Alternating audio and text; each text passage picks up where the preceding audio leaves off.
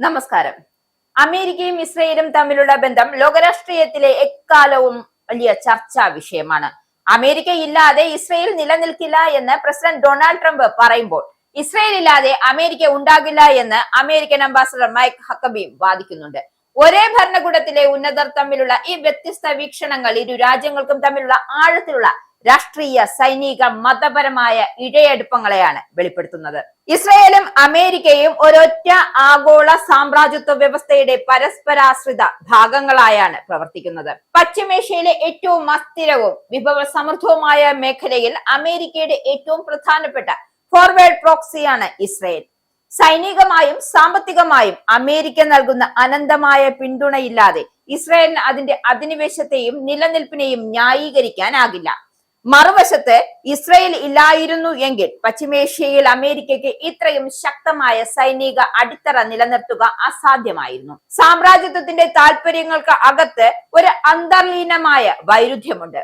അമേരിക്കയ്ക്ക് സാമ്രാജ്യം സ്ഥിരപ്പെടുത്തുവാനും ആധിപത്യം നിയന്ത്രിക്കുവാനും സമാധാനം ആവശ്യമാണ്.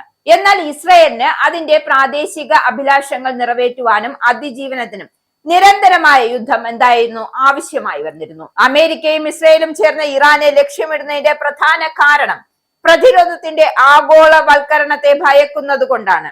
ഒരു സാമ്രാജ്യത്വ കുടിയേറ്റ സഖ്യത്തിനെതിരെ എങ്ങനെ ചെറുത്തു നിൽക്കാം എന്നതിന്റെ ബ്ലൂ പ്രിന്റ് ആയിരുന്നു ഈ പ്രതിരോധം ഉയർന്നു വരുന്നതെന്ന് ഇവർക്കൊരു ഭീഷണിയാണ്. അംബാസിഡർ മൈക്ക് ഹക്കബിയുടെ പരാമർശങ്ങൾക്ക് പിന്നിൽ ഒരു ക്രിസ്ത്യൻ സയനിസ്റ്റ് വിവരണമുണ്ട്.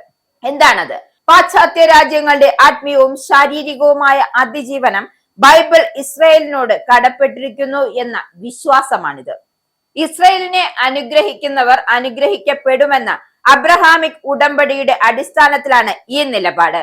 എന്നാൽ ജൂത ജനതയുടെ മതപരമായ വിശ്വാസങ്ങളും ഈ ക്രിസ്ത്യൻ ആഖ്യാനങ്ങളും തമ്മിൽ അടിസ്ഥാനപരമായി വ്യത്യാസങ്ങളുണ്ട്. ചുരുക്കി പറഞ്ഞാൽ അമേരിക്കയും ഇസ്രയേലും തമ്മിലുള്ളത് കേവലം രാഷ്ട്രീയ ബന്ധമല്ല, മറിച്ച് പരസ്പരം കോർത്തിണക്കപ്പെട്ട ഒരു സാമ്രാജ്യത്വ കെട്ടുറപ്പാണ്. ആഗോളതലത്തിൽ തങ്ങളുടെ ആധിപത്യം നിലനിർത്താൻ ഇരു രാജ്യങ്ങൾക്കും ഒരുപോലെ മറ്റൊന്നിന്റെ സഹായം ആവശ്യമാണ്. ആഭ്യന്തരമായി വ്യത്യസ്തങ്ങളായ വാദങ്ങൾ ഉയരുമ്പോഴും തന്ത്രപരമായ താല്പര്യങ്ങളുടെ കാര്യത്തിൽ ഇവർ അവിഭാജ്യമായി തുടരുന്നു എന്നതാണ് യാഥാർത്ഥ്യവും. ആഗോള രാഷ്ട്രീയത്തിലെ ഈ സഖ്യം വരും കാലങ്ങളിലും പശ്ചിമേഷ്യയിലെ സാഹചര്യങ്ങളെ നിർണ്ണയിക്കുന്നതിന് വലിയ പങ്ക് വഹിക്കുമെന്ന കാര്യത്തിൽ യാതൊരുവിധ സംശയവും വേണ്ട.